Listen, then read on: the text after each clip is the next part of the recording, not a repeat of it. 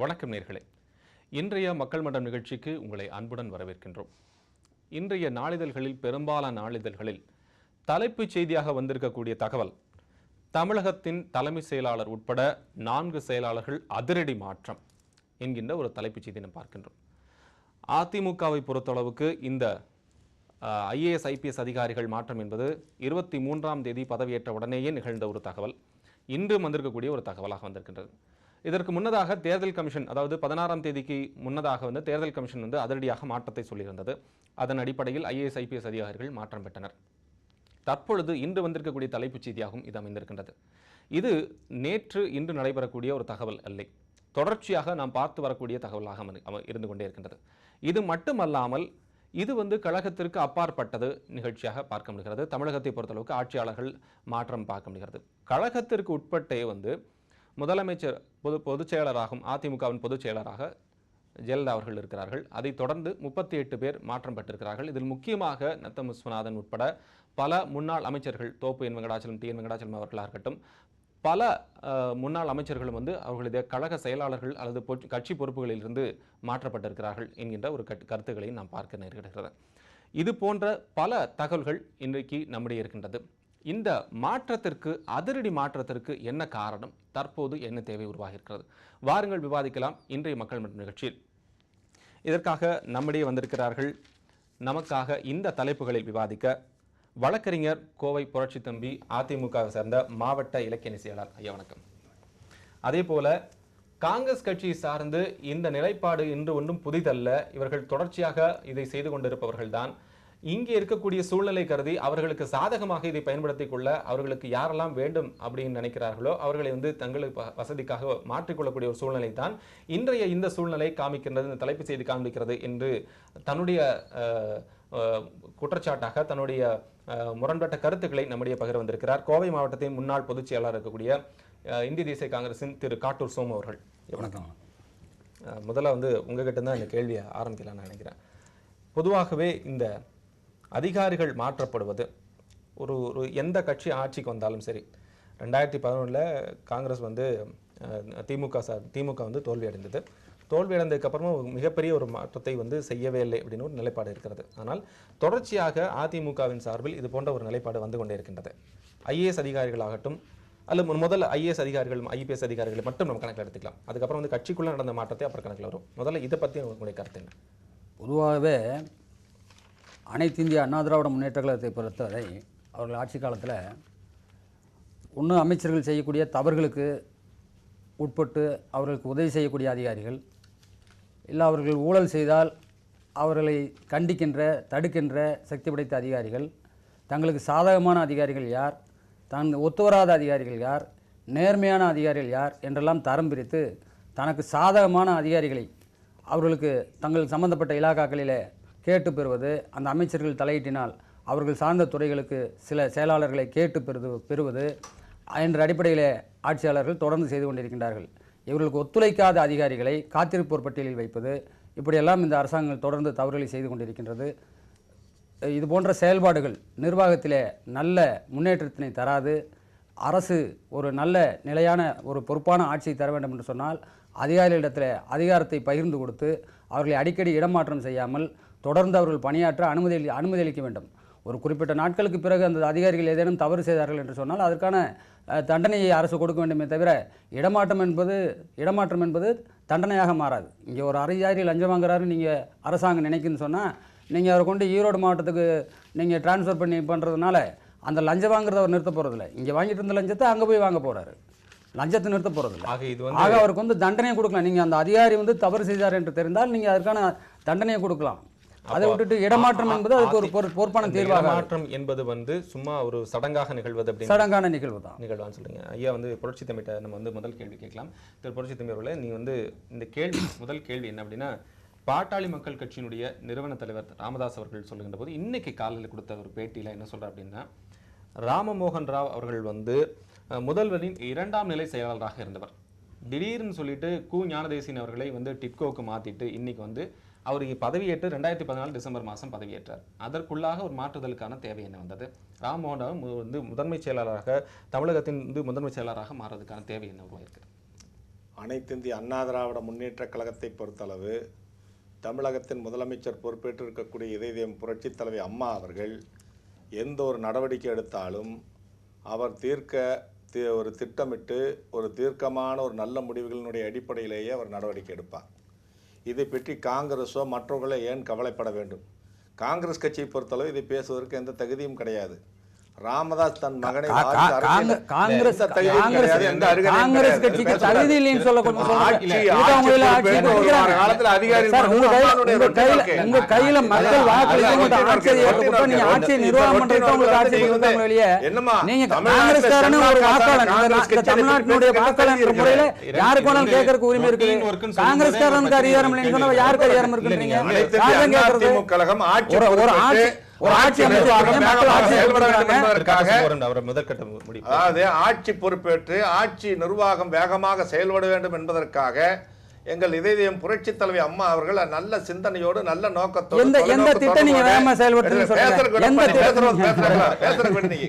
அதாவது குறுக்கிடக்கூடாது. பேசுங்க. அனைத்து இந்திய அண்ணா திராவிட முன்னேற்ற கழகத்தினுடைய நிரந்தர பொதுச் செயலாளர் இதயம் புரட்சி தலைவி அம்மா அவர்கள் ஆட்சி பொறுப்பேற்று இன்றைக்கு ஒரு குறுகிய காலத்திலே ஒரு சீர்திருத்த நடவடிக்கைகள் எடுத்திருக்கிறார்கள். தலைமைச் செயலாளர் உட்பட இன்னும் பல்வேறு ஆட்சித் தலைவர்கள் உட்பட சில நடவடிக்கைகள் எடுத்து அதிகாரிகளை மாற்றம் செய்திருக்கு. இதில் என்ன குறை? ஒரு முதலமைச்சருக்குண்டான அதிகாரத்தை தான் பயன்படுத்தியதில் எந்த விதமான சுயநல நோக்கமோ அதே போல இதுல எந்த விதமான ஆதாயமோ எதுவும் கிடையாது. நான் வந்து உங்களுடைய கேள்வியில இடைக்கேள்வி ஒன்று கேட்கிறேன். தொலைநோக்கு பார்வை என்பது ஒரு வருட காலத்திற்கு தான் உங்களுடைய தொலைநோக்கு பார்வையா? 2014ஆம் ஆண்டு டிசம்பர் மாதம் பதவியேற்றக்கூடிய கு ஞானதேசியன் அவர்களை இரண்டாம் நிலை செயலாளராக இருந்த திரு ராம்மோகன் ராவ் அவர்கள் இருந்து மேலேற்றுவதற்கான உடனடி காரணம் என்ன? ஓய்வு பெற்ற அதிகாரியாக இருக்கக்கூடியவர்கள் வந்து அவரை திருப்பி நீங்க முதல் நிலை செயலராக மாற்றுவதற்கான காரணம் என்ன ஒரு வாய்ப்பு? இதுதான் உங்களுடைய தொலைநோக்கி பார்வையா? இன்னைக்கு பாத்தீங்கன்னா ஒரு பழுத்த இன்னைக்கு வந்து மத்திய அரசே பாருங்க, இன்னைக்கு வந்து டாக்டர்களுடைய வயது 65 வரை கொண்டு வந்திருக்காங்க, உண்டா இல்லையா? ஆகவே ஓய்வு பெற்றவர் என்று சொல்லி நீங்கள் சொல்லுகிறீர்கள். அவருடைய அனுபவம், அவருடைய திறமை, நிர்வாகத்தினுடைய பராமரிப்பு, தொலைநோக்கு சிந்தனைகள் எல்லாம் அதிகமாக பழுத்த ஒரு அதிகாரிகளிடம் எதிர்பார்ப்பது நியாயமான ஒன்று. ஆகவே அந்த அடிப்படையிலே நிர்வாக திறமையுள்ளவர்களை இந்த அரசாங்கம் வேகமாக செயல்பட வேண்டும் என்ற ஒரே காரணத்திற்காக அம்மாவினுடைய தேர்தல் நேரத்தில் கொடுக்கப்பட்ட வாக்குறுதிகள் நிறைவேற்றப்பட வேண்டும். அதே நேரத்தில் இந்த அரசாங்கம் மக்களுக்காக நான் மக்களோடு நான் என்ற அரசியலில் இன்றைக்கு புரட்சித் தலைவி அம்மா அவர்கள் தன்னை பிரகடனப்படுத்தி ஆட்சி அதிகாரத்தை பெற்று மக்கள் செல்வாக்கோடு திகழ்ந்து கொண்டிருக்கிறார்கள். ஆனால் இன்றைக்கு அரசியலே இன்றைக்கு துரத்தி அடிக்கப்பட்டவர்கள், மக்களால் வெறுக்கப்பட்டவர்கள். 10 கட்சிகள் ஒன்று சேர்ந்து ஊடகம் பத்திரிகைகளை பொய் பிரச்சாரம் செய்தார்கள். அத்தனையும் பந்தாடி புரட்சித் தலைவி அம்மா அவர்கள் தமிழ்நாட்டின் முதலமைச்சராக இன்றைக்கு பொறுப்பேற்றிருக்கிறார் என்று சொன்னால் ஒரு பெண்ணாக இருந்து இதை சாமர்த்தியமாக இன்றைக்கு ஆட்சி நிர்வாகத்திற்கு வந்தவர் நிர்வாகத்தை சீர்திருத்துவதற்காக தன்னுடைய அட்மினிஸ்ட்ரேட் கமாண்டிங் என்று சொல்லக்கூடிய நிர்வாக திறமையை செம்மைப்படுத்துவதற்காகத்தானே தவிர இதுல எந்த விதமான சுயநலமோ ஆதாயம் எதுவும் கிடையாது. திரு காட்டூர் சோம அவர்கள் வந்து இந்த கேள்விக்கான ஒரு முரண்பட்ட பார்வை வந்து பொதுவாக விமர்சனங்கள் வந்து காங்கிரஸ் கட்சியின் சார்பில் திமுக சார்பில் வைக்கப்படுகிறது. ஒரு தனிப்பட்டவர் வந்து ஆட்சி செய்யக்கூடிய கட்சியாக மட்டும்தான் வந்து அதிமுக இருக்கிறது அப்படிங்கிற ஒரு நிலைப்பாடு இருக்கிறதா தெரிகிறது. ஏன்னா நீங்க பரவலாக பாத்தீங்க அப்படின்னு சொன்னா எந்த நேரத்துல முன்னாடி இங்க வந்து நம்ம பேச்சாளர்கள் கூட அதை பேசியிருக்காங்க. அவங்க வந்து சொல்லும்போது என்ன சொல்லியிருக்காங்கன்னா, தான் இன்னைக்கு எந்த நிலையில இருக்கும் அப்படின்னு சொல்லிட்டு அந்த பேப்பர் படிச்சாதான் தெரியும் அப்படிங்கிற ஒரு நிலைப்பாடு வந்து அதிமுக இருக்கு அப்படின்னு சொல்றாங்க. இதை பத்தி நீங்க என்ன சொல்றீர்கள்? ஏன்னா இப்ப அவர் சொன்னது இந்த தொலைநோக்கு பார்வை, அதே மாதிரி வந்து அட்மினிஸ்ட்ரேட்டிவ் கெப்பாசிட்டிங்கிறங்க. அட்மினிஸ்ட்ரேட்டிவ் கெப்பாசிட்டி நீங்க கடந்த மலையில சென்னையில் பார்த்தீங்கன்னா நான் இருந்தேன். அப்போ அந்த 3 நாள் நானும் சென்னையில் இருந்தேன். நீங்கள் அதிகாரிகள் வந்துட்டு இந்த ஆட்சி திறமை அதிவேகமான சொன்னார் பார்த்தீங்களா, சார் சொன்னார் வேகமான செயல்பாடுகள்னு.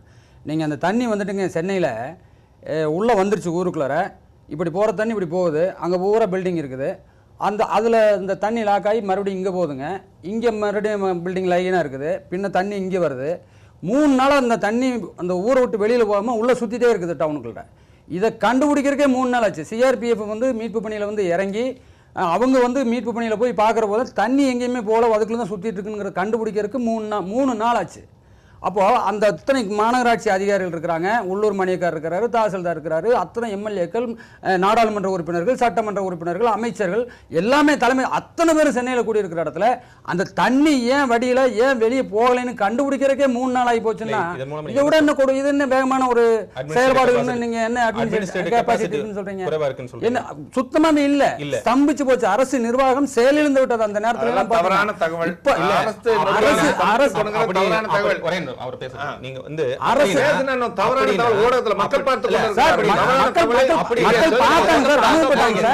சென்னையில தண்ணி வடிகால் இல்ல அப்படின்னு கண்டுபிடிக்கிறதே 3 நாள் ஆச்சு. அப்படின்னா அந்த ரிஃப்ளெக்ஷன் வந்து தேர்தல் நடந்திருக்கணுமே. ஆமா, தேர்தலில் காட்டிருக்காங்கல்ல. நீங்க சென்னையில முழு மெஜாரிட்டியில் அவங்க ஜெயிக்கல. தமிழ்நாடு சில தொகுதியில் சார்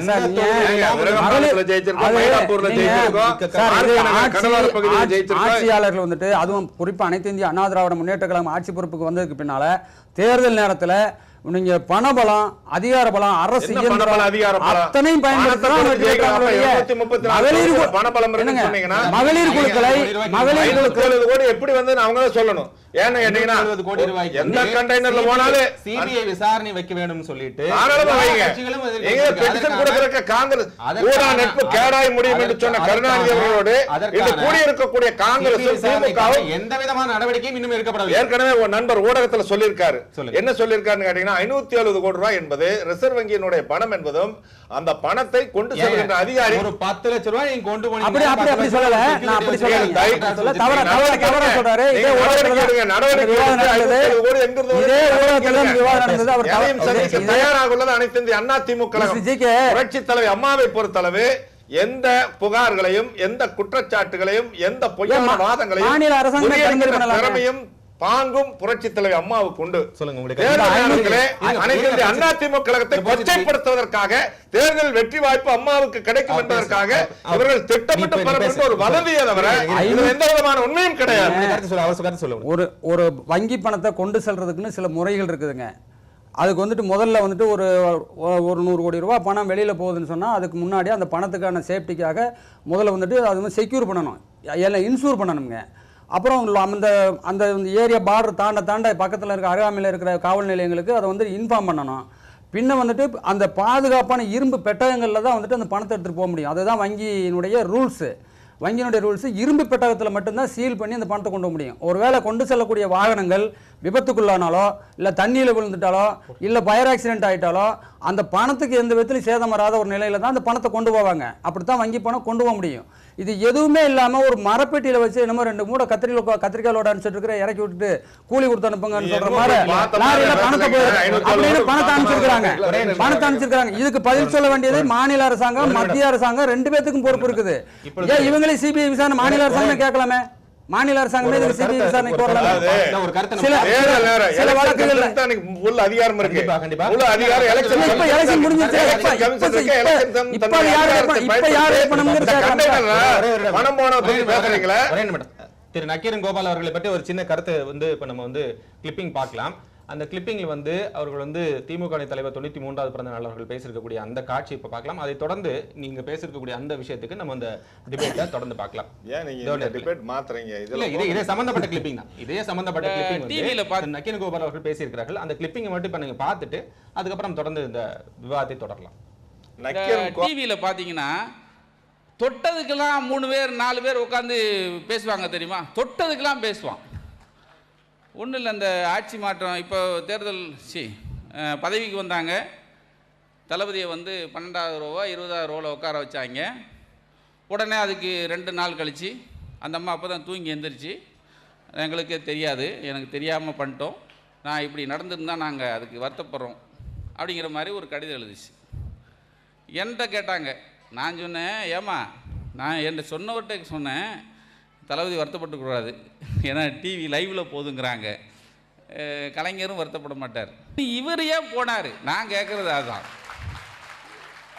ஏங்க ஜெயலலிதாங்கிற அந்த அம்மாவை அமெரிக்கா போய் நான் வந்து இனிமேல் சுத்த பத்தமாக இருக்கேன், இனிமேல் நாட்டுக்கு நல்லது செய்கிறேன், இந்த மக்களுக்கு நல்லது செய்கிறேன் அப்படின்னு சொல்லி இந்த ரத்தத்தெல்லாம் மாற்றி நான் ஃப்ரெஷ்ஷாக வந்திருக்கேன் அப்படின்னா வந்துச்சு. நான் சொன்னேன் பார்த்தீங்களா, எடுத்ததுக்கெல்லாம் இப்போ கலைஞர் வந்து சரி ஸ்டாலினை 12வது ரோவில் உட்கார வச்சதுக்கு இவங்க வந்து உடனே அடுத்த நாள் வருத்தம் தெரிவித்தாங்களாம். உடனே எல்லாரும் 4 பேர் உட்காந்து பேசுகிறாங்க. இப்போது அந்த அம்மாட்ட நிறைய மாற்றம் தெரியுது. ஆக தமிழ்நாடு சூச்சம் பெற்றுமா பெறாதா இவங்களுக்கு இதுக்கே, அதாவது அந்த அம்மா ஒரு லெட்டரில் வருத்தம் தெரிவித்ததுக்கே மாற்றம் வந்துருமான்னு உட்காந்து பேசிகிட்டு இருக்கான். அந்த 4 பேர் உட்காந்து பேசுகிறது. இப்படி டிபேட் வச்சு பேசுகிறவன் இந்த 570 கோடி பிடிபட்டதில் இன்னைக்கு வரைக்கும் உட்காந்து பேசலை சார், இதான் விஷயம். ஆனால் இன்னைக்கு வரைக்கும் எந்த டிவிக்காரனை உட்காந்து டிபேட்டே வைக்கல. இந்த டிவியில் பார்த்தீங்கன்னா நேர்களே, நீங்கள் வந்து திரு நக்கீரன் கோபால் அவர்கள் பேசின அந்த விவாதத்தை தொடர்ந்து பார்ப்பீங்க. இதே நமது லோட்டஸ் நியூஸ் தொலைக்காட்சியில் நம்ம இதே விவாதத்தின் போல 570 கோடி ரூபாய் சம்பந்தப்பட்ட தொடர்ச்சியான விவாதங்களை பல முறைகளில் பல இடங்களில் பதிய வைத்திருக்கின்றோம். இதே திரு காட்டூர் சோமு அவர்களும் இதை பற்றி பேசியிருக்கிறார்கள், திரு புரட்சி தம்பி அவர்களும் இதை பற்றி பேசியிருக்கிறார்கள். திரு புரட்சி தம்பி அவர்கள் கருத்தை கேட்பதற்கு முன்னாடி திரு காட்டூர் சோமு அவர்கள்ட்ட வந்து நம்ம இந்த கருத்தை கேட்கிறோம். திரு நக்கீரன் கோபால் அவர்கள் சொல்லிக்கக்கூடிய விஷயம் நீங்க பார்த்தீங்க, 93வது பிறந்தநாள் கலைஞருடைய 93வது பிறந்தநாள் நிகழ்ச்சியில் கலந்துக்கிட்டு இந்த மாதிரி என்ன எதுக்கோ டிபேட் வைக்கிறாங்க, ஏன் இந்த 570 கோடி ரூபாய்க்கு வந்து இன்னும் எந்த விதமான டிபேட் வைக்கல, அதை பத்தி பேசுறதே இல்லை அப்படின்னு சொல்லி ஒரு குற்றச்சாட்டு வைக்கணும். இதே நமது லோட்டஸ் நியூஸ் தொலைக்காட்சியில் நீங்க இதே டிபேட்ல நீங்க பங்கேற்று பேசியிருக்கிறீங்க. அவர் சொன்னதுல ஒருவேளை இந்த தொலைக்காட்சி ஒருவேளை பார்க்க முடியல, ஒரு பெரிய ஒரு நீண்ட நெடுங்காலம் வந்து இந்த ஒரு ஜேர்னலிஸ்டா ஒரு பத்திரிகையாளர் இருக்காரு. ஆனா இத்தனை ஒரு பத்திரிகையாளர் அவருடைய அதை தவிர அவருடைய அந்த பத்திரிகை தவிர வேற எந்த பத்திரிகையும் அவர் படிக்கிறது இல்லையா என்னன்னு தெரியல. ஆனா இது போன்ற இத்தனை தொலைக்காட்சிகளும் பலதரப்பட்ட விஷயங்கள் நடந்திருக்கு. இந்த குறிப்பாக நம்ம தொலைக்காட்சியில வந்து நிறைய விவாதங்கள் பண்ணியிருக்கிறோம், நீங்களே அது வந்து பேசியிருக்கீங்க. ஆனால் அவர் சொன்னதுல ஒண்ணு என்னன்னா, நம்ம தொலைக்காட்சியில் அன்னைக்கு விவாதம் பண்ணணும். இப்போ இன்னும் சில பல தொலைக்காட்சியில் அந்த அளவுக்கு நீங்க சொல்லி முக்கியத்துவம் கொடுத்து விவாதம் பண்ண மாதிரி பெருசா தெரியல. அந்த 570 மேட்டர்ல குறிப்பாக நம்ம தொலைக்காட்சியில விவாதம் வந்து நானே அதை பற்றிய குற்றச்சாட்டு கடுமையான குற்றச்சாட்டு நானே சொன்னேன். இதுக்கு மத்திய அரசுக்கு இதுல பங்கு இருக்குன்னு கூட அழுத்தம் திருத்தமா சொன்னேன். நிதியமைச்சருக்கும் கூட பங்கு இருக்கு அப்படிங்கிற மாநிலத்தினுடைய நிலைப்பாடு என்னவா இருக்கணும், அது ஏன் அது மாநில அரசு வந்துட்டு இவங்களே கோரலாம். பணம் போச்சு பிடிச்சாங்கன்னா அது முறையா வந்து ரிசர்வ் பேங்க்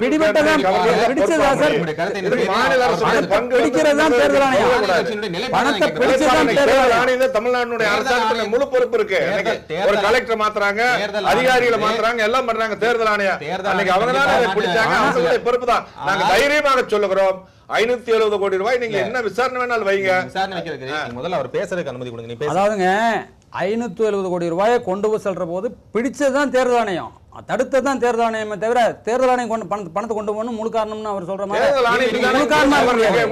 ஆனால் இந்த சம்பவம், இந்த பணம் எங்க பிடிபட்டது, அதுவும் தேர்தல் நேரத்தில் எங்க பிடிபட்டது, தமிழ்நாட்டுக்குள்ள நடக்குது.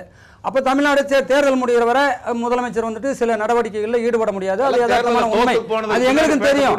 ஆனால் தேர்தலுக்கு பின்னாடி இந்த பணம் யாருதுன்னு இன்னைக்கு வர நீங்க ஏதாவது ஒருத்தர் கிளைம் பண்ணணும்ல, யாரும் என்ன அரசாங்கம் கிளைம் பண்ணணும், இல்ல பேங்க் கிளைம் பண்ணணும், இல்ல நீங்க மாநில அரசு இந்த தமிழ்நாட்டுல இருந்து உங்க மேல இருக்க கலங்கத்தை நீங்க துடைக்கிற மாதிரி நீங்களே மாநில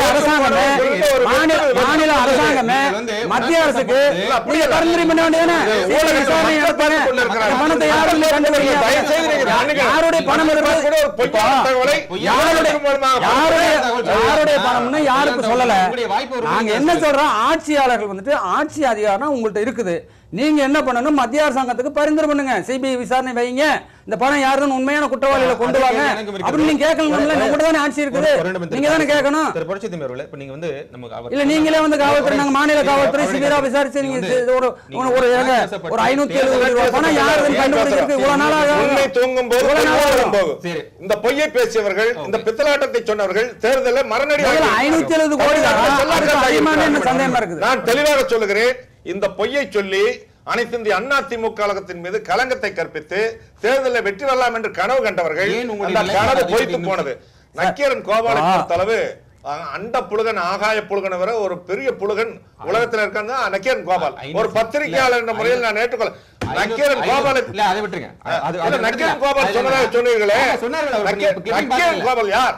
காட்டுக்கொள்ளையின் வீரப்பனுடைய கூட்டாளி, அவனுடன் சென்று பணம் வாங்கியவன், அவனோட பேரம் பேசியவன், தொட்டக்கதனூர்ல கண்ணன் நடிகர் ராஜ்குமாரை கடத்தியதற்கு பேரம் பேசியவன், ஒரு புரோக்கர். அவர் ஒரு பத்திரிகை என்ற பெயரில் இன்றைக்கு சமுதாயத்தை சீர்படுத்திக் கொண்டிருக்கக்கூடிய ஒரு பிற்போக்குவாதி, நச்சுக்கலை நசுவி இலக்கியம் சந்தை பொருளாக்கி செந்தமிழ் நாட்டில் இன்றைக்கு பத்திரிகை உலகத்தில் சீரழித்துக் கொண்டிருக்கக்கூடிய கருணாநிதியுடைய எடுபடி. அவரை பற்றி நாங்கள் எல்லாம் பதில் சொல்ல வேண்டிய அவசியம் கிடையாது. நான் சொன்னேன் அவரை பற்றி தனிப்பட்ட விமர்சனங்கள் அவர்கள் பல்வேறு அவதூறு வழக்கு அரசாங்கம் போட்டிருக்கிறது. அரசாங்கம் அவர் சந்திப்பதும் அதே அவதூறு வழக்கை அவர் ஏற்றுக்கொள்வார். தொழிலாளர் பொய் பேசுவது அவர் தொழில். திமுகவுடைய ஏஜென்ட் கருணாநிதியுடைய கைக்கூலி. அவ்வளவு சொல்லுவார். அவர் யாராக இருக்கட்டும், நான் என்ன கேட்கிறேன், அவர் கேட்ட கேள்விக்கான உங்களுடைய பதில் என்னன்னு நான் கேட்டேன். அது மட்டும் இல்ல,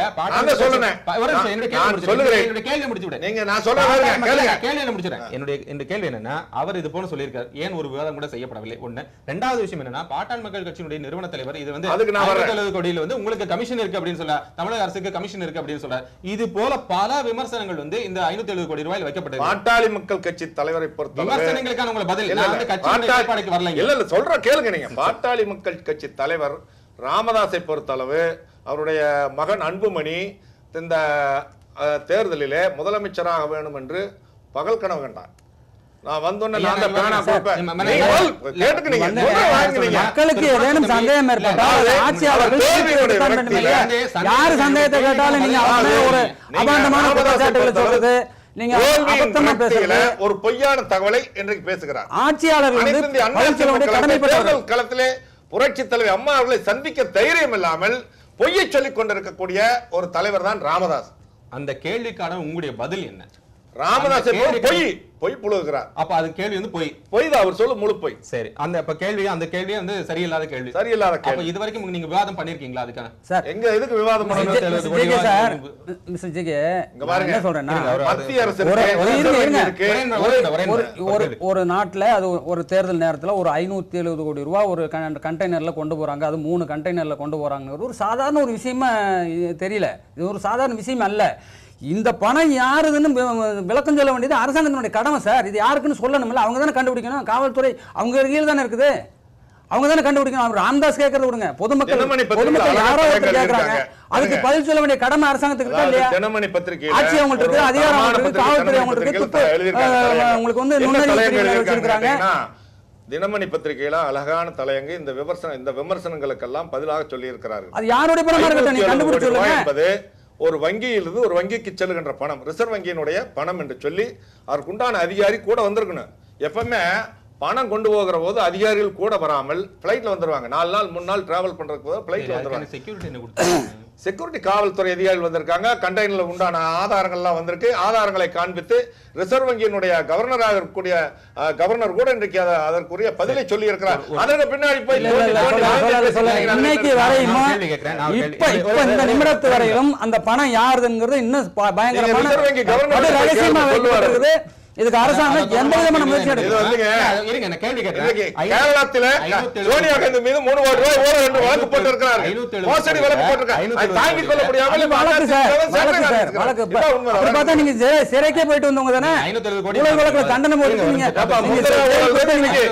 உலகத்திலேயே ஒரு முதலமைச்சரா கோர்ட்டுக்கு போய் முதலமைச்சரா ஜெயிலுக்கு போனது உலக வரலாற்றிலேயே அம்மையார் தானே. உலக வரலாற்றிலேயே போலீஸே ப்ரொடெக்ஷனோட போய் ஜெயிலுக்கு விட்டு பாத்துறீங்களா? பாதுகாப்போட போய் ஜெயில விட்டு பாத்துருக்கீங்க. பாதுகாப்பு காவல்துறை போய் நேரம் கொண்டு ஜெயில போயிட்டு உலகத்துல எந்த ஆட்சியாளரை பாத்துருக்குமா? எது சார் பொய் வழக்கு? எது பொய் வழக்கு? அப்புறம் 20 வருஷம் பொய் வழக்கு. நீங்க 20 வருஷம் பொய் வழக்கு 20 வருஷமா இருக்குமா? பொய் வழக்கு 20 வருஷம் இருக்கிறீங்க. நாம ஒரு சிறிய இடைவெளிக்கு பிறகு மக்கள் மன்றத்தை மீண்டும் தொடரலாம்.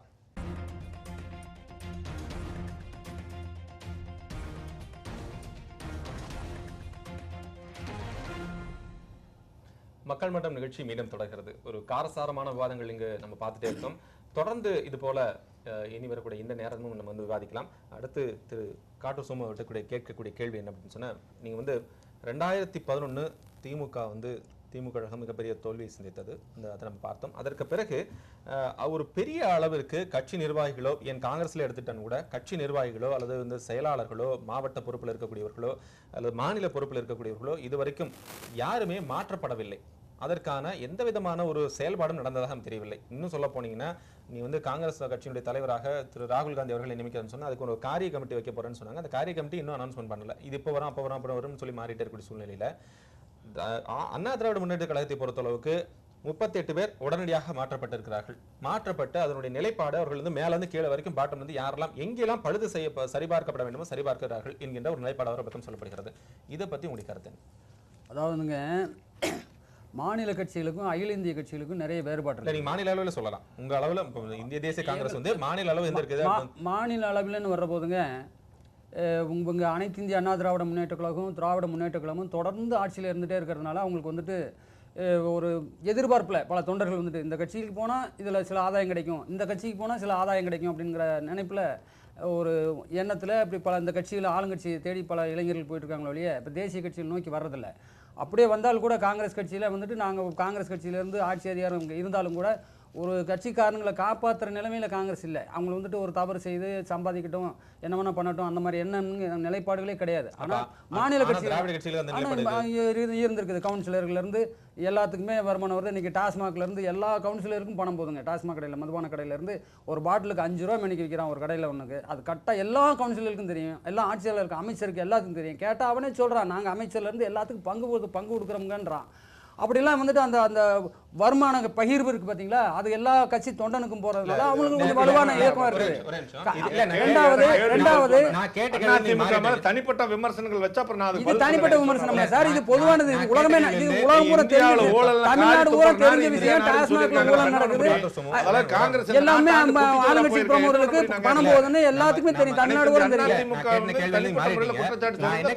தனி விவாத மேடை வச்சுக்கலாம். ஓகே, நம்ம என்ன நான் கேட்ட கேள்வி என்னன்னா, காங்கிரஸ்ல வந்து இது மாதிரி இப்ப நீங்க பொதுவா வைக்கக்கூடிய நிர்வாகிகள் வந்துங்க, தொண்டர்களோட நிர்வாகிகள் அதிகமா அதுதான் சொல்ல வந்தேன். என்னன்னா, எங்களுக்கு அகில இந்திய கட்சிங்கனால இப்ப என்ன ஆச்சுனாங்க, உங்களுக்கு ஒவ்வொரு மாநிலங்களில் வெவ்வேறு மாநிலங்களில் வெவ்வேறு தேதிகளில் மாதங்களில் தேர்தல் நடக்குது. அப்போ வரபோது ராகுல் காந்தி என்ன பண்ணுறாரு, தமிழ்நாட்டுக்கு ஒரு தடவை வருவார். அடுத்து பார்த்தீங்கன்னா வேறு மாநிலங்களில் தேர்தல் அறிவிச்சிருவாங்க, அங்கே போயிடுவாங்க, அங்கே தொடர்ந்து போயிடுவாங்க. பின்ன ஒரு வருஷம் கழிச்சு இந்த பக்கம் வருவாருங்க, அதுக்குள்ள வேறு மாநிலத்தில் தேர்தல் அறிவிச்சிருவாங்க. அப்படி போகிறதுனால வந்துட்டு அவங்க முழுமையான ஒரு இங்கே மாநில கட்சிகள் மாதிரி குறிப்பிட்ட ஒரு மாநிலத்தில் மட்டும் முழுமையாக அவங்களால ஈடுபட முடியாது. மாநில கமிட்டிகள் வந்துட்டு எங்கள் இதில் பார்த்துட்டிங்கன்னா முன்னெல்லாம் வந்தீங்கன்னா ஒரு 60 வயசு இருந்தால் தான் ஒரு மாவட்ட வார்டு தலைவரே ஒரு 60 வயசுக்கு மேலே இருந்தால் தான் நாங்களாம் போடுவோம். நான் இளைஞரணியில் இருக்கிற போதெல்லாம். இன்றைக்கி அப்படி இல்லை, மாவட்ட தலைவர்களே இன்றைக்கி நம்ம இங்கே கோவை மாவட்டத்தில் எடுத்துக்கிட்டீங்கன்னா எல்லாருமே இளைஞர்கள். ராகுல் காந்தி ஓகே, நான் என்ன கேட்குறேன்னா, மாநில நிலையத்தில் பொறுப்பில் இருக்கக்கூடியவர்கள், மாவட்ட அளவில் பொறுப்பு இருக்கக்கூடிய உங்களை போன நிர்வாகிகளுடைய வேலை என்னவா இருக்குது, அதை காங்கிரஸ் கட்சி உறுதிப்படுத்துவதற்கு? சார், நாங்கள் வந்துட்டு அன்றாட அரசியல் பணியில் செஞ்சுட்டு தான் இருக்கிறோம். எங்கள்கிட்ட மக்கள் வர்ற வேலையில் நாங்கள் செஞ்சு கொடுப்போம். எங்கள்கிட்ட அதிகாரம் இல்லாத தொட்டு ஜனங்கள்கிட்ட அதிகமாக வரமாட்டாங்க. எல்லோரும் சொல்லுவாங்க மக்கள் பணி செய்யணும், மக்கள் பணி என்ன செய்யணும்னு. இப்போ அரசுக்கு எதிராக அந்த இன்னைக்கு கூட போராட்டம் அறிவிச்சிருக்கிறாங்க. இப்போ கடந்த மாதம் நாங்கள் ஒரு மதுவிலக்குக்கு அந்த தேர்தலுக்கு முன்பு மதுவிலக்கு கோரி நாங்கள் தமிழ்நாடு ஊரா ஆர்ப்பாட்டம் பண்ணோம். மீண்டும் இந்த வாரத்தில் ஆர்ப்பாட்டம் பண்ண போகிறோம். அந்த 570 கோடி ரூபாய் யாருங்கிறது நாங்கள் தெரிவிக்கக்கூடிய வந்து ஆர்ப்பாட்டம் அறிவிச்சிருக்கிறோம். ஒரு புரட்சி தம்பி அவர்கிட்ட கேட்கலாம். இப்போ எங்களுக்கு என்ன ஒரு சந்தேகம் அப்படின்னா, ஆட்சி பொறுப்பேற்று இன்னும் 1 மாத காலம் கூட முடியல. அதற்குள்ள தோப்பூட்டியின் வெங்கடாச்சலம், நத்தம் விஸ்வநாதன் கழக பொறுப்புல செயலாளர்களாக இருந்த மாநில மாவட்ட பொறுப்பில் இருந்தவர்களை அதிரடியாக மாற்றி அவங்க கட்சியில் இருக்கக்கூடிய அமைச்சர்களுக்கும் சரி, அல்லது வந்து பொறுப்பில் இருக்கக்கூடியவர்களுக்கும் சரி, நகரத்தில் அல்லது எந்த பொறுப்பில் இருக்கக்கூடியவர்களும் தொண்டர்களுக்கும் திடீர்னு ஒரு அதிர்ச்சியை ஏற்படுத்தக்கூடிய அளவுக்கு ஒரு விஷயத்தை வந்து செய்கிறார்களே, இது வந்து எந்த அளவுக்கு சரியான ஒரு விஷயமா இருக்கு? அனைத்து இந்திய அண்ணா திராவிட முன்னேற்ற கழகத்தை பொறுத்தளவு மேனா மினிக்கிகளின் கூடாரம் அல்ல, மிட்டா மிராசிகளின் இருப்பிடம் அல்ல, இரத்த தடாகத்தில் பூத்த லட்சி செந்தாமரை. அனைத்து இந்திய அண்ணா திமுக கழகத்தை பொறுத்தளவு ஊழலை எதிர்த்து பிறந்த கட்சி அண்ணா திமுக. தொண்டன் தான் அஸ்துவாரம், தொண்டன் தான் நுழைவாயில், தொண்டன் தான் மணிமண்டபம், தொண்டன் தான் மகாமண்டபம், தொண்டன் தான் அர்த்த மண்டபம், தொண்டன் தான் கருவறை, தொண்டன் தான் கோபுரம், தொண்டன் தான் கோபுர கலசம்.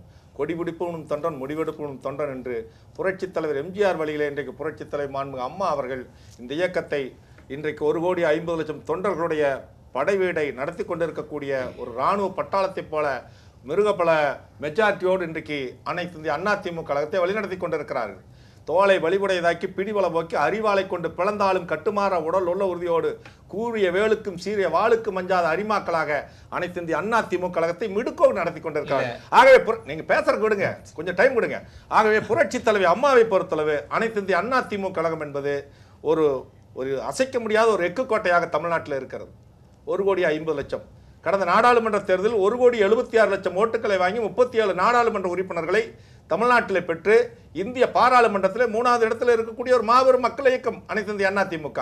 ஒரு கட்சி புரட்சி தலைவி அம்மாவை பொறுத்தவரை ஒரு தவறு செய்தால் அதை தெரிந்து செய்தால் அவன் தேவன் என்றாலும் விடமாட்டேன் என்று புரட்சி தலைவி திரைப்படத்திலே பாடினார்.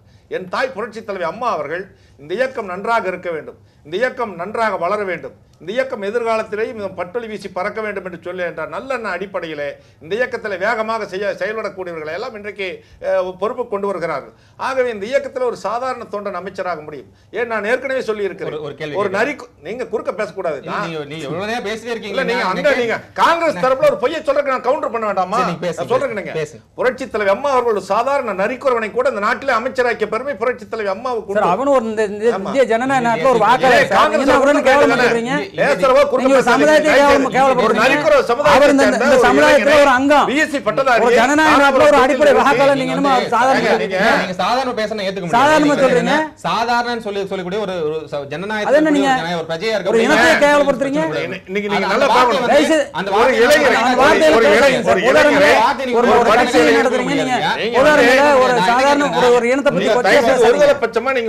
ஊடகத்தினுடைய நெறியாளர் பேசக்கூடாது, தயவு செய்து நம்ம மறுப்பு தெரிவிக்கிறேன்.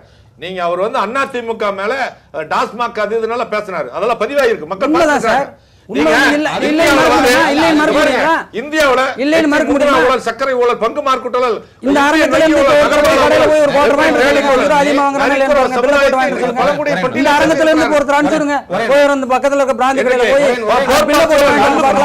நிலப்பேர் ஊழல், முத்திரைத்தாள் ஊழல், எல்ஐ சீட், காமன்வெல்த் போட்டி ஊழல், என்ன இந்த நாட்டில் ஹெலிகாப்டர் ஊழல் என்று சொல்லி ஊழலிலே இன்னைக்கு இத்தனை ஊழல்கள் செய்திருக்கக்கூடிய காங்கிரஸ் கட்சி ஊழலுக்காக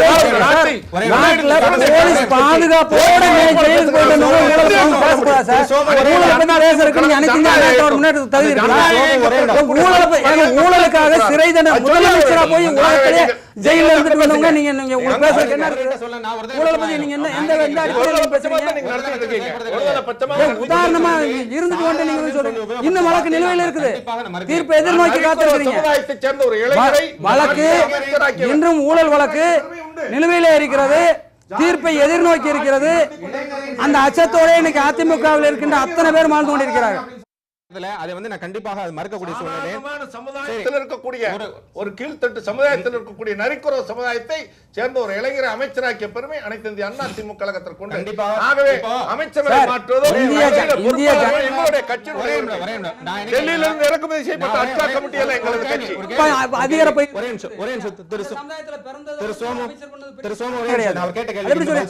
எங்க காமராஜர் ஆட்சி காலத்துல ஒரே நிமிஷம் சொன்னீங்க, அவ்வளவுதான் அவர் டைம் கொடுத்தீங்க. அவர் புகழ்றதுக்கே அவ்வளவு டைம் எடுத்துக்கிட்டாரு, சப்ஜெக்ட் பேசல அவரு.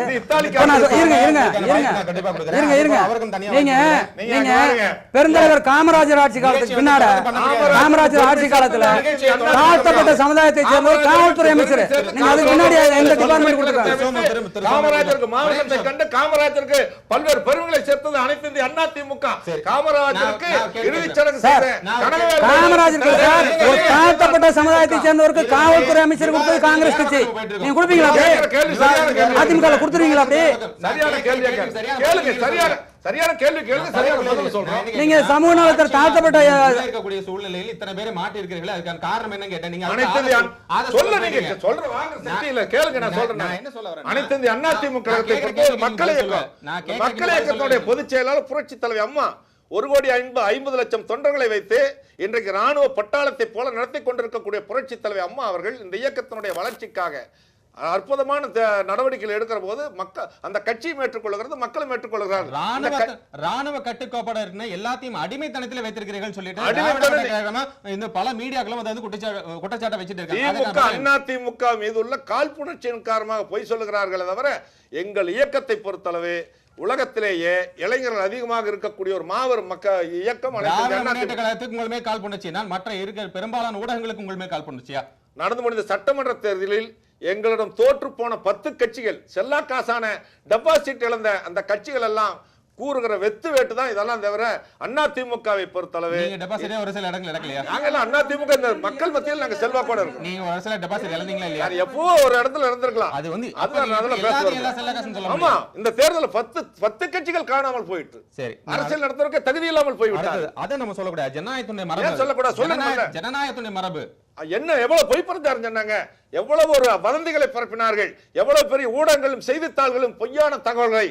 ஒரே ஒரு பெண்ணை பார்த்து, ஒரு தமிழ்நாட்டினுடைய முதலமைச்சராக இருக்கக்கூடிய புரட்சித் தலைவர் அம்மாவை பார்த்து எவ்வளவு ஊடகங்கள், செய்தித்தாள்கள், பத்திரிகைகள்ல எவ்வளவு ஒரு பொய்யான தவறு. நிர்வாக சீர்கேட்டை ஆட்சி அகற்ற வேண்டும். நிர்வாக சீர்கேடு இருப்பதன் காரணமாக தான் உங்களுடைய அமைப்பிலேயே நகர செயலாளர்கள், மாவட்ட செயலாளர்கள் இவங்க எல்லாத்தையும் அது எங்களுடைய கட்சியினுடைய ஜனநாயக உரிமை. ஜனநாயக உரிமை எதற்காக மாட்டுகிறீர்கள் தான் கேட்கிறோம். அது நீங்க வந்து எங்க கட்சியினுடைய அமைச்சரையே மாற்றுறீங்க, அது ஜனநாயக உரிமையா? ஒரு முதலமைச்சருக்கு உண்டான அதிகாரம். நீங்க முதலமைச்சர் அதிகாரம்னா முதலமைச்சர் இருக்கக்கூடிய ஒரு வரம்புக்கு கீழே இருக்கக்கூடிய உடனடியாக இன்னைக்கு நான் பார்த்து என்னதான் ஒரு ஒரு 13 முறைக்கு மேலாக அமைச்சரவை மாற்றீர்கள், அதுதான் முதலமைச்சருக்கான உரிமையா? நான் ஏற்கனவே சொல்லி இருக்கிறேன், இது ஜனநாயக நாடு, ஒரு மக்களால் தேர்ந்தெடுக்கப்பட்ட ஜனநாயக நாட்டில் ராணுவ கட்டுப்பாடோடு நீங்க நடத்துகிறீர்கள் சொல்கிறீர்கள். அனைத்து இந்திய அண்ணா திமுக கழகத்தை பொறுத்தளவு தேர்தல் எந்த நேரத்தில் வந்தாலும் அதை சந்திக்கக்கூடிய ஒரு மாபெரும் மக்கள் இயக்கம் அனைத்து இந்திய அண்ணா திமுக. அந்த இயக்கத்தை வழிநடத்துகின்ற தலைவி இதய தெய்வம் புரட்சி தலைவி அம்மா அவர்கள் ராணுவ கட்டுப்பாடோடு 1.5 கோடி தொண்டர்களை வழிநடத்தி செல்கிறார்கள். அம்மா எடுக்கக்கூடிய முடிவுதான் எங்களுடைய இயக்க தோழர்கள் ஏற்றுக்கொள்ளக்கூடிய ஒரு முழுமையான முடிவாக ஏற்றுக்கொள்வார்கள். புரட்சி தலைவி அம்மா வாழ்க என்று சொல்லி கிணற்றுக்குள்ளே கண்ணை மூடிக்கொண்டு விழு என்று சொன்னால் கண்ணை திறந்து கொண்டே புரட்சி தலைவி வாழ்க என்று சொல்லி உயரவிடக்கூடிய தொண்டர்கள் தான் அனைத்து இந்திய அண்ணா திமுகவில் இருக்கிறார்கள் தவிர மாற்று கட்சி போல கிடையாது. ஒரு கேள்வி கேட்கலாமா? மிகப்பெரிய ஒரு பொறுப்பில் இருந்திருக்கக்கூடிய அமைச்சர் நத்தம் விஸ்வநாதன் ஏன் அந்த பொறுப்புல இருந்து உடனே எந்த பொறுப்புல இருந்துமே அவர் ஏத்துக்க முடியாது, அவர் வந்து விலகி இருக்காங்க, காரணம் என்ன? அந்த மாவட்டத்தில் கட்சி வளர்ச்சி வேகமாக இருக்க வேண்டும் என்பதற்காக அம்மா அவர்கள் எடுத்திருக்கிறார். அது அம்மாவுடைய முடிவு, பொதுச் செயலாளருக்குள்ள அதிகாரம்.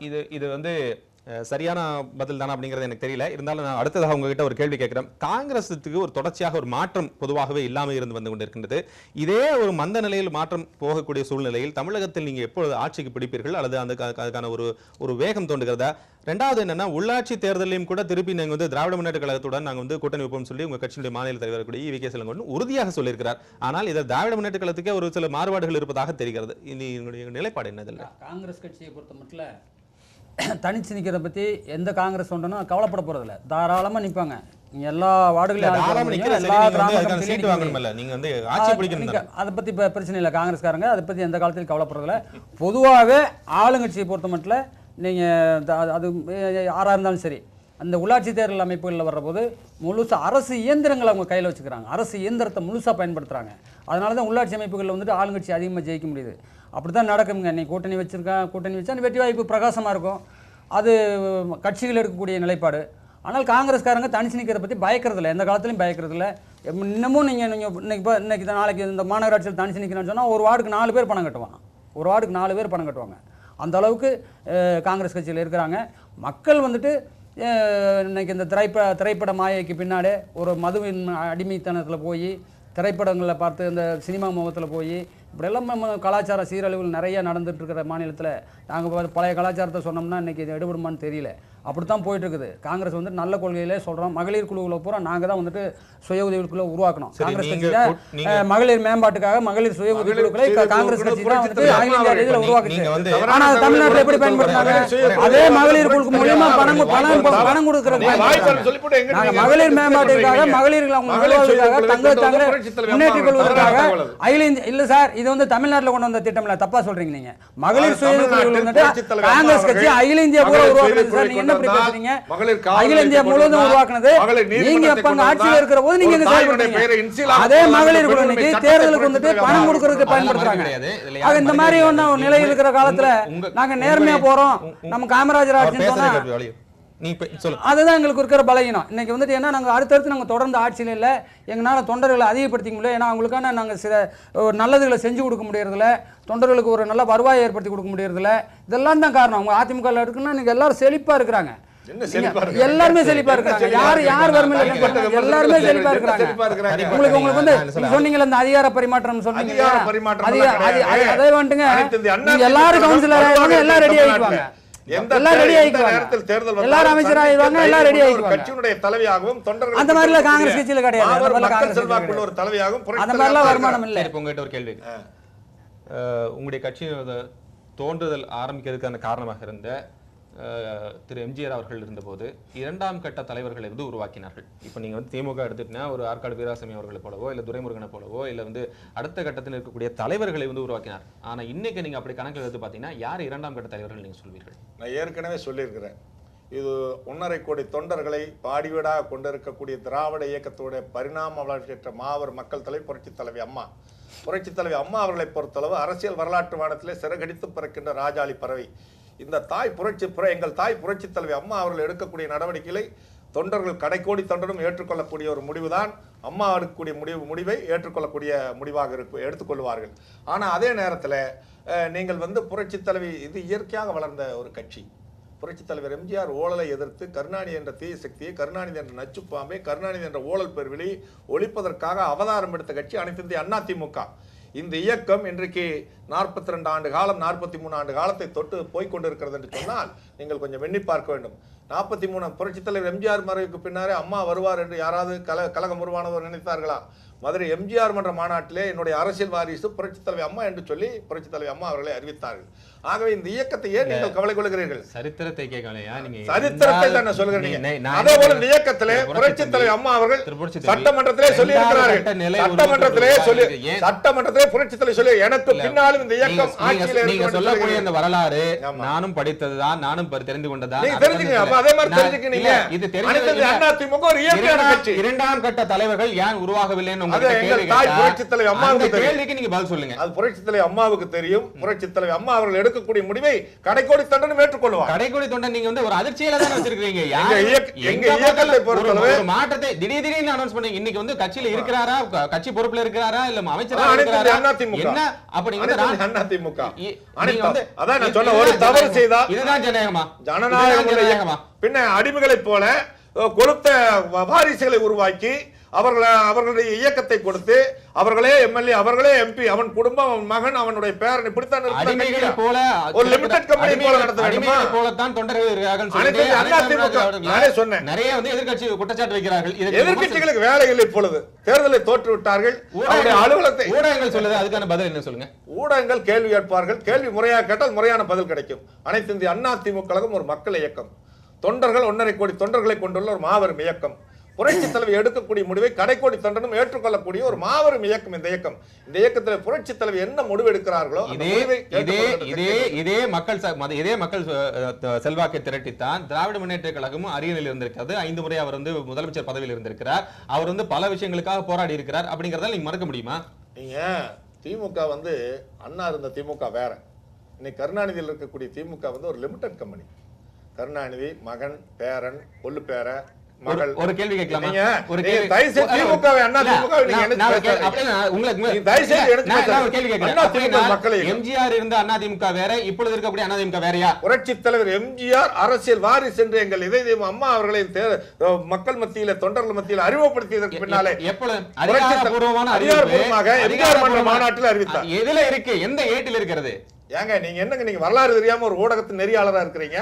மதுரை எம்ஜிஆர் மன்ற மாநாட்டில் மதுரையிலே கூடல் மாநகரிலே எம்ஜிஆர் மன்ற மாநாட்டிலே புரட்சி தலைவி அம்மா அவர்களுக்கு அந்த மாநாட்டில் செங்கோல் கொடுக்கப்பட்டது. செங்கோல் கொடுத்து அரசியல் வாரிசு அறிவியல செங்கோல் கொடுத்தாரே தவிர கட்சியில் இருக்கிறவங்களுக்கு தெரியும் இல்லங்களுக்கு. 42 ஆண்டு காலம் இயக்கத்தில் இருக்கிறேன். பாத்துட்டோம்ல. நீங்க பார்வையாளர் பார்க்கலாம். வரலாற்று புத்தகத்தை உங்களுக்கு தரேன். நானும் படிச்சிருக்கேன். நான் தரேன். நான் புத்தகத்தை தரேன், படிங்க.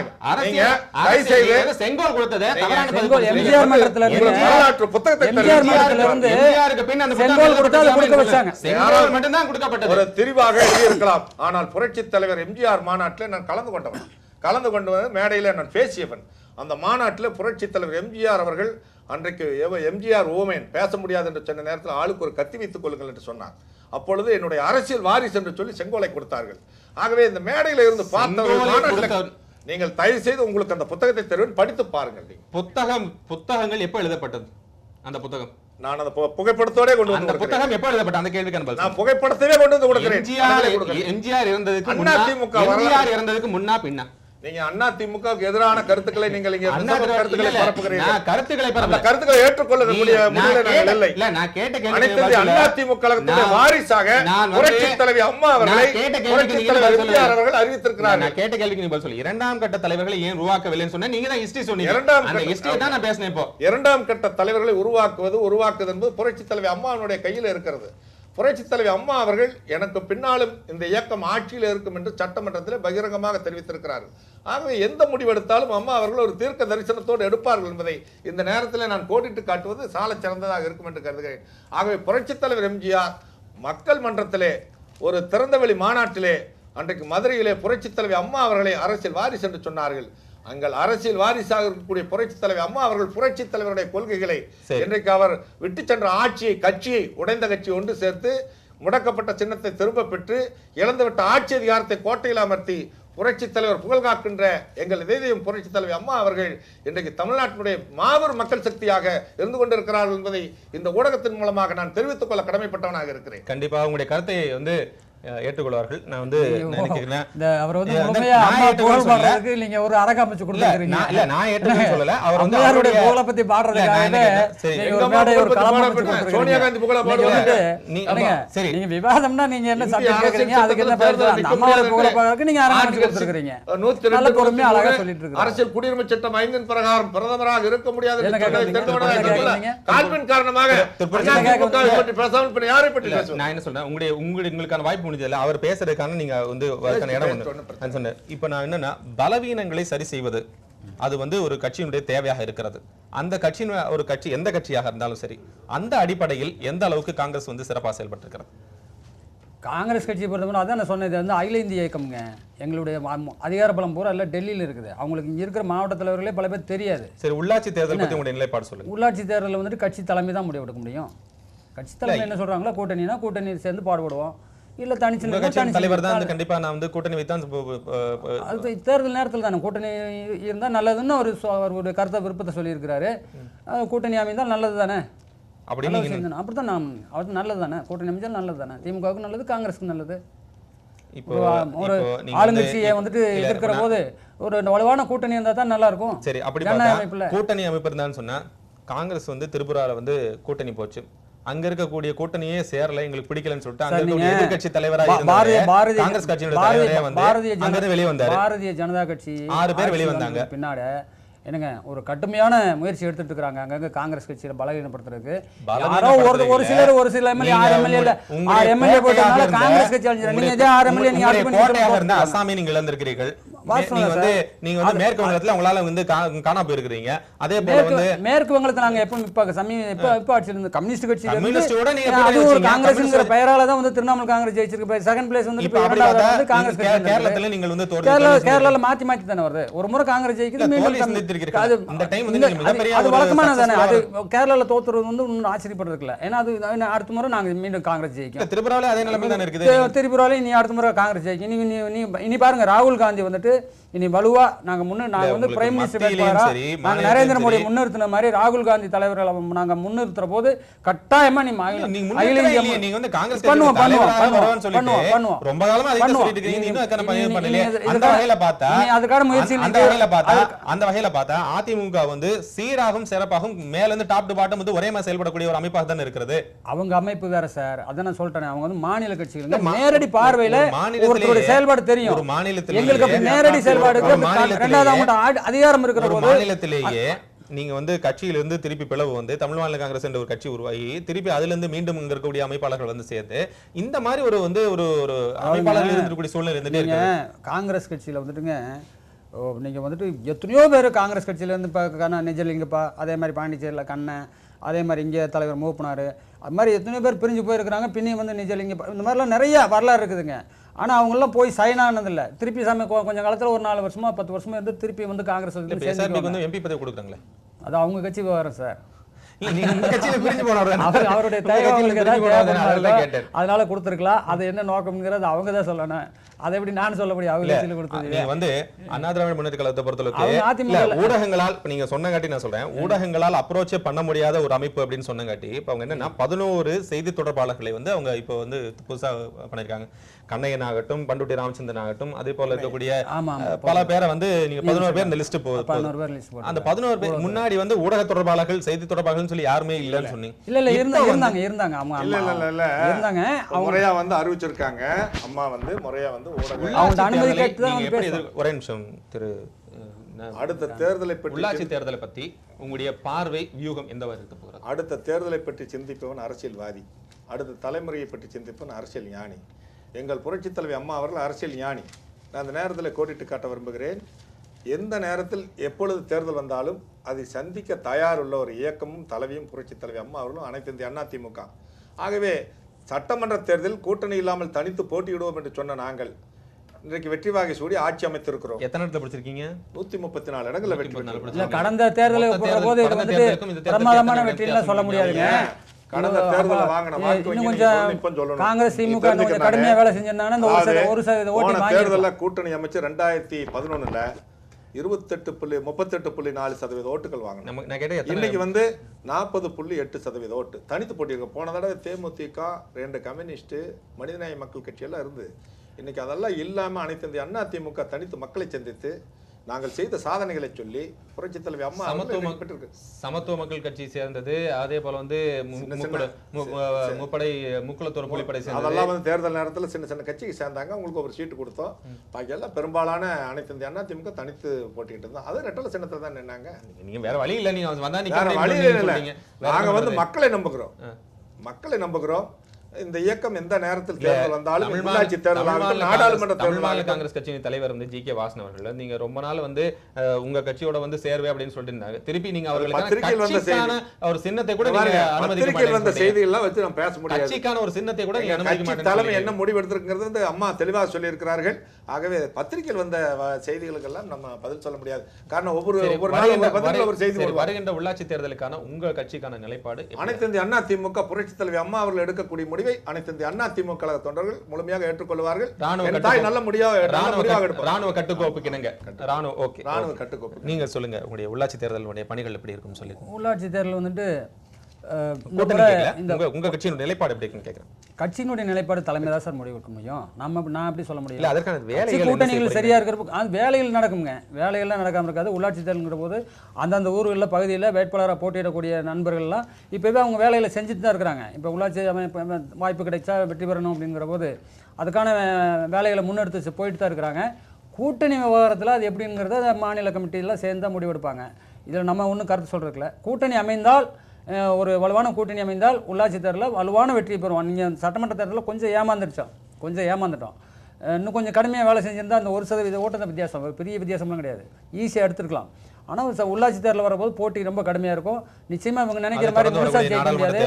அந்த அரசு இயந்திரத்தை அவங்க முழுமையாக பயன்படுத்தாமல் ஜனநாயக நெறிப்படி தேர்தலை நடத்தினால் கட்டாயம் காங்கிரஸ் திமுக கூட்டணி தான் வெற்றி பெறும். அதில் எந்த விதமான மாற்றமும் கிடையாது. ஆனால் அது வந்து தவறாக இந்த பேலட் ஷீட் முறையில் கிராம பஞ்சாயத்தில் பார்த்தீங்கன்னா 4 ஓட்டு போடணுங்க. ஒரு கிராம வார்டு மெம்பரு, கிராம பஞ்சாயத்து தலைவர், ஒரு யூனியன் கவுன்சிலரு, ஒரு அதுவும் சேர்மனுக்கு நேரடி ஓட்டாக இருந்தால் அதுக்கு ஒரு ஓட்டு, டிஸ்ட்ரிக்ட் பஞ்சாயத்து தலைவர் டிஸ்ட்ரிக்ட் பஞ்சாயத்துக்கு ஒரு ஓட்டு. அப்போ 5 பேலட் சீட்டை கொடுத்து வாக்காளர்கள்ட்ட ஓட்டு கேட்குற போது அதில் பல குழப்பங்கள் வரும். அதில் நிறைய முறைகேடுகள் நடக்கிறதுக்கு நிறைய வாய்ப்பு இருக்குது.